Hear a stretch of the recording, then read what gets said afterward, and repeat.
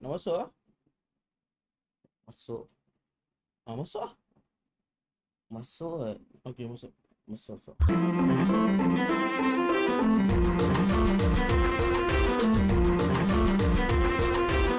Hello, Hi.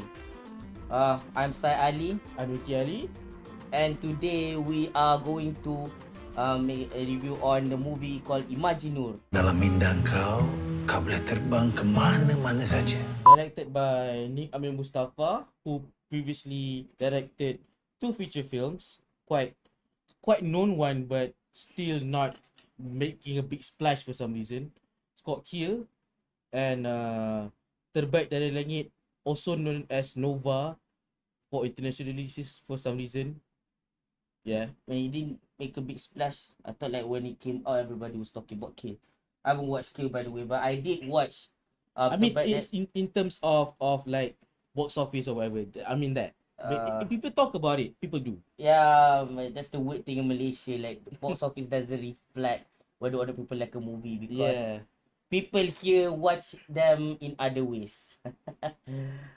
Anyways, the reason why I say that I watch one and not the other, I'm kind of familiar with the how Kill is done. I mean, especially in the way the characters talk, and I'm very familiar with Terbaik dari Langit, and is I have a problem with Malaysian movies when they speak in rojak, like mix Malay and English, which is not at all like alien to us Malaysians. We do that, all of us. Yeah, including us. Yeah. The Malay, the Malays, the Chinese, the Indians, and all the others. Like we all do that a lot of the times, right? Just sometimes at this point. Yeah. But the way that movies do that is like when the way they adapt it to film is kind of unnatural most of the time.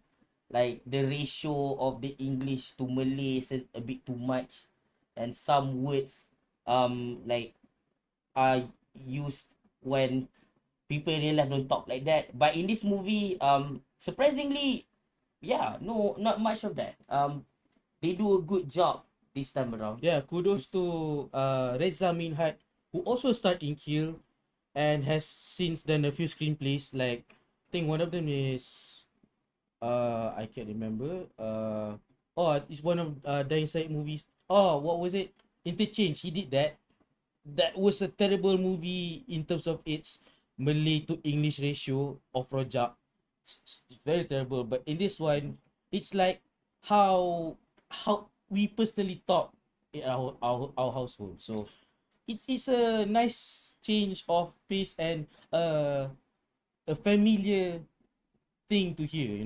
It's not like something so something so made up.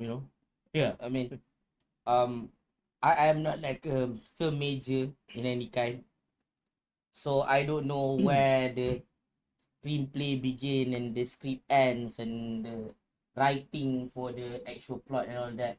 I don't know like the differences, but we did talk about lexicon, but now let's talk about like the style of writing this time around. I think it's also improved, like interchange, like you said just now. It's a pretty dull film in the sense that after you're done watching, I don't know about you guys, but I don't feel like talking about it.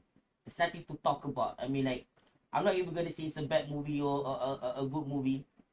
Personally, I don't think so. But it's just that I don't feel the need to talk about it. It's one thing for a movie to be bad. It's another thing for a movie to be boring. And it's like a whole different ballpark when a movie is like, yeah, I'm done. Like, there's nothing to talk about. It's like it's kind of worse than a boring or bad movie in some way. So this movie improved a lot, and I think even even in the terms of writing, there's some story to be told here. Yeah. I mean, like compared to like the movies before, it's like one is like, what is it, like a manhunt or some kind, was it, kill, and then in Terbaik dari Langit it's about friendship, but some of it kind of feel forced in a way. Because the subject of Terbaik dari Langit, if I'm not mistaken, is also interwoven with the fact that one of the characters is like a film buff or filmmaker. So parts of it feels like very pretentious. It's like it's just a big fluff that doesn't, you know, enhance the movie in any way. It's just to say that I know deep stuff, so I just include deep stuff for no reason. I mean, Yeah. ImagiNur um comes off that way as Initially. initially, Yeah. but as it goes along, they don't even like you would feel more than you would think. Not in a way that the movie is like a turn off your brain kind of thing. It's more like a feeling movie. You feel what's going through the story. Yeah. You feel to find the truth instead of think to find the truth. It's not like a mystery. It's more like a exploration of the psyche. It's pretty like interesting how they go about it without being pretentious. And if there are pretentiousness appearing on the screen, um I think it's more like a smoke screen of things to come. Yeah. Yeah, surprisingly this movie is both subtle and in your face, and the way they do it is very like I don't know, I think it's very clean. And Yeah. speaking of um this movie have a lot to do with like memories. So when you see like a scenery that is sort of beautiful in terms of like cinematography, they're okay, but it's not gonna blow your mind. But the thing is, I have a feeling somehow for the characters that are in this movie. The scenery that they see is beautiful because it's more personal to them. It's like one of those movies that you kind of seeing the movie to the eyes of the character instead of your own. And unless you try to feel with the character, you might not get as much, especially on initial on first viewing. Yeah. And people everyone saw the trailer, they drew comparison with a pretty obvious inspiration visually, or even the way it was cut in the trailer with this movie. It was heavily compared to Michel Gondry's Eternal Sunshine of Spotless Mind. And when I saw the movie itself, it has shreds of that, but also more.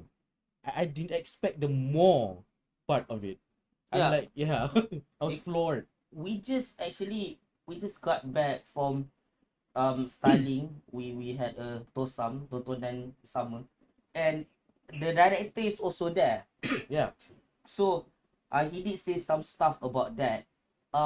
Like part of the making of this movie is like, okay, for one, it is co-wrote by the director himself, ni Amir Mustapha, and Reza Minhaj. Reza Mihai. Yeah. They co-wrote, like both of them wrote together, and um the part of which like the inspiration is drawn from a lot of movies like Spotless Mind, for example. Eternal Sunshine, yeah. It's a Spotless Mind. Um, like those are just small things that inspire him. That movie and other movies like that. Charlie Kaufman's work and all that. But in terms of the more personal, thing is like more involved with Reza Minhaj's family. So they kind of have like a personal what do you call reference to do the project accurately, so to speak. And outside this point of view, in terms of his interest in this, it was the director who co-wrote this. He was like interested in the core values of like family and other things which that is involved Yeah, in this this movie. movie is very familiar. It's all about family. Yeah. And Vin Diesel would be so proud on this one. I don't have friends. I got family. yeah. All about family. Um, yeah. This is when they're not driving the cars, when they're not going to space. Yeah. Alright. Okay. Alright. Okay. So if you want a movie that is like you wanna go in and you want an experience that is like an escapism, which is this is an escapism in a way, because although the topic is kind of heavy, the way it is handled it's like the director is fondling on the subject, like softly caressing the subject. Yeah. And it's like a I wouldn't say thrilling or fun. I don't know what to call it, but it's like a curious experience. Like you wanna, like, at least I do. I want to delve more and more into it because like the actor Beto Kusyairy, especially, like, Mwah. Ace he's, performance, man. man, he comes a long way. It's really good in this one, and I think he gave it his all. Yeah. And he even has the Hollywood moment, where it's like really angry and then like hitting on the steering wheel and all that. Yeah, And yeah, like, yeah, yeah, yeah, yeah, dude, yeah, yeah. I know that he's been wanting to do all that. Like, we all want to do that. Like, Yes. everyone in theaters and everyone who is like just watching, like thinking out loud, maybe I want to be an actor one day, wants to get to the point where they do that scene. You know what I mean?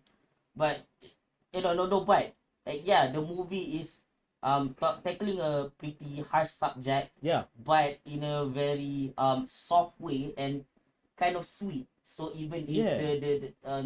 the subject is bitter, storytelling is sweet, so it's very bittersweet. And he's a pleasant surprise. He's in the trailer too. Abdul Shauki. I haven't seen him acting in a while, right?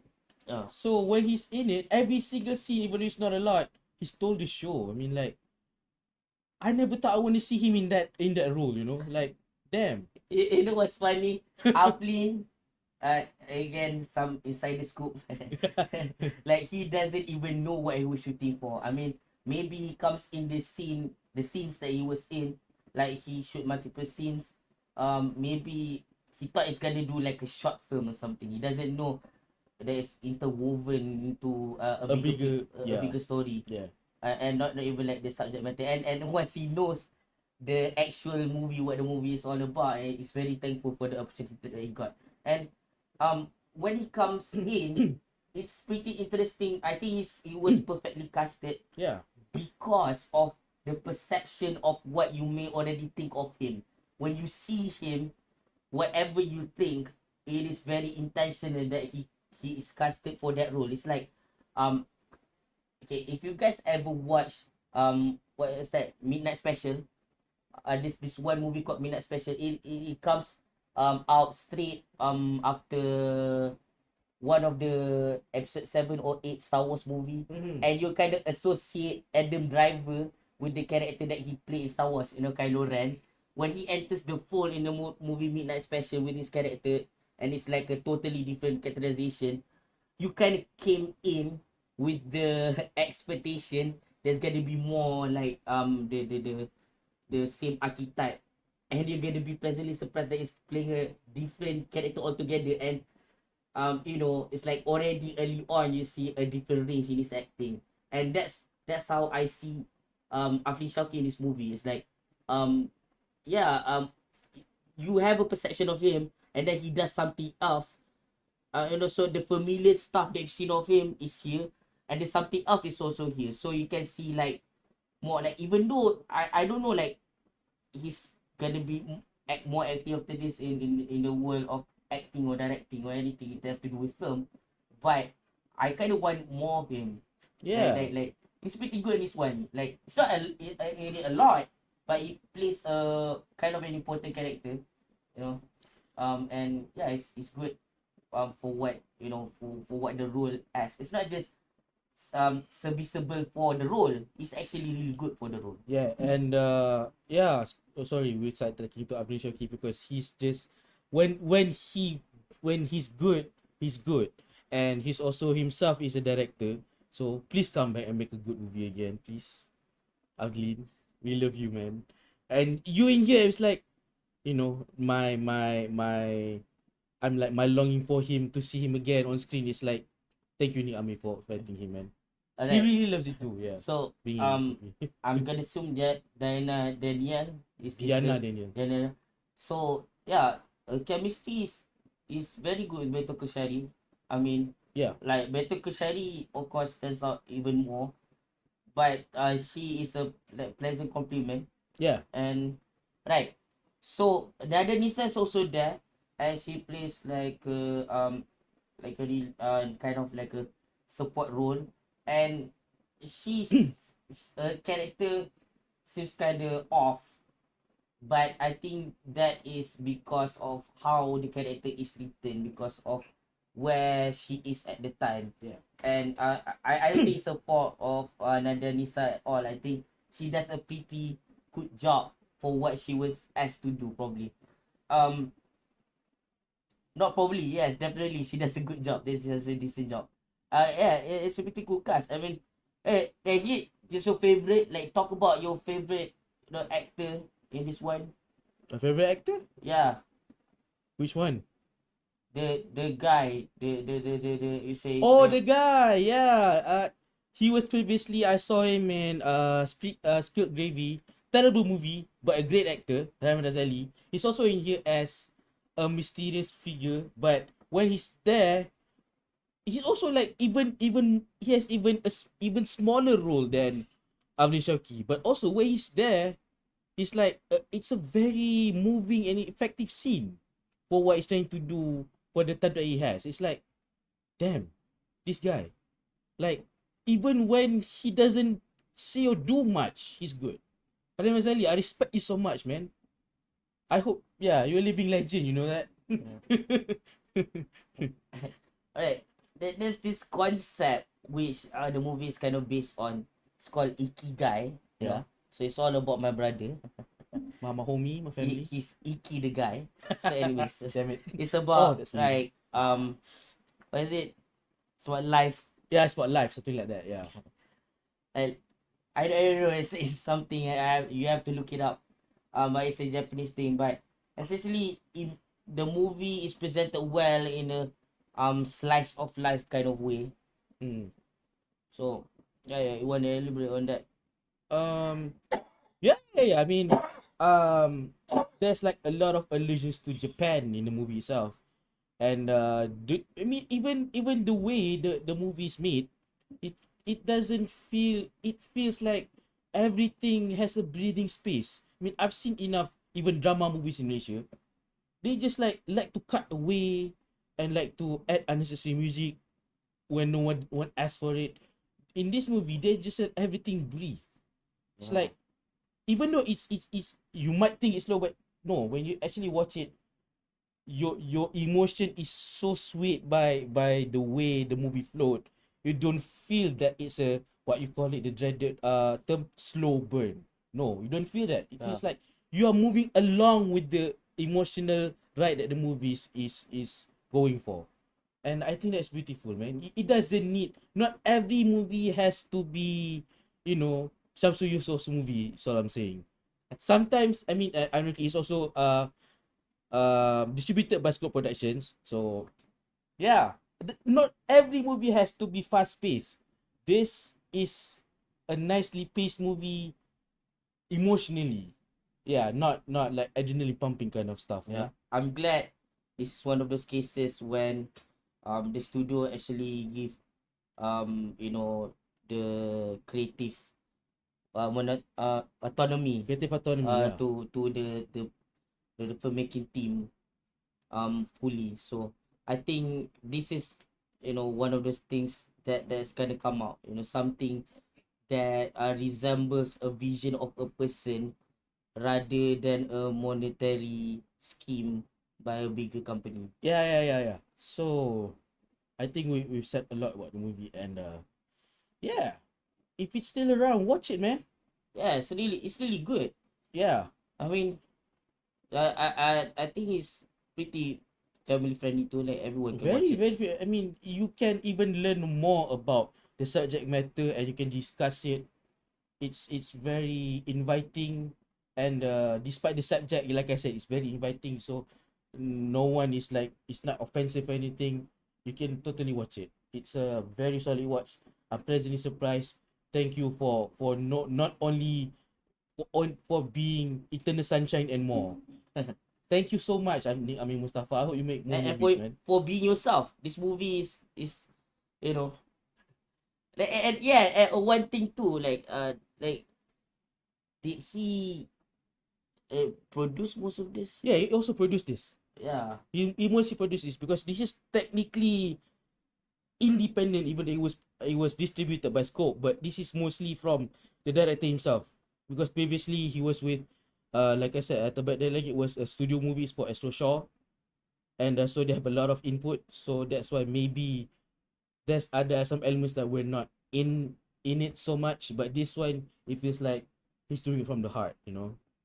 It doesn't feel, I mean, it has a lot of like, sometimes Malaysia like Malaysia's like tend to like, I know this thing, so I'm gonna shove everything that I know and tell everyone that I'm intelligent. Alright, I'm very intelligent. This one, he does that, but okay, here's what I know. I'm sharing it to you. Yeah. Yeah.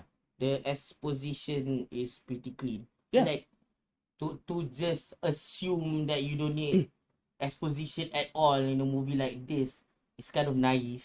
Yeah. To a certain point, you have to explain some stuff, and they don't over explain.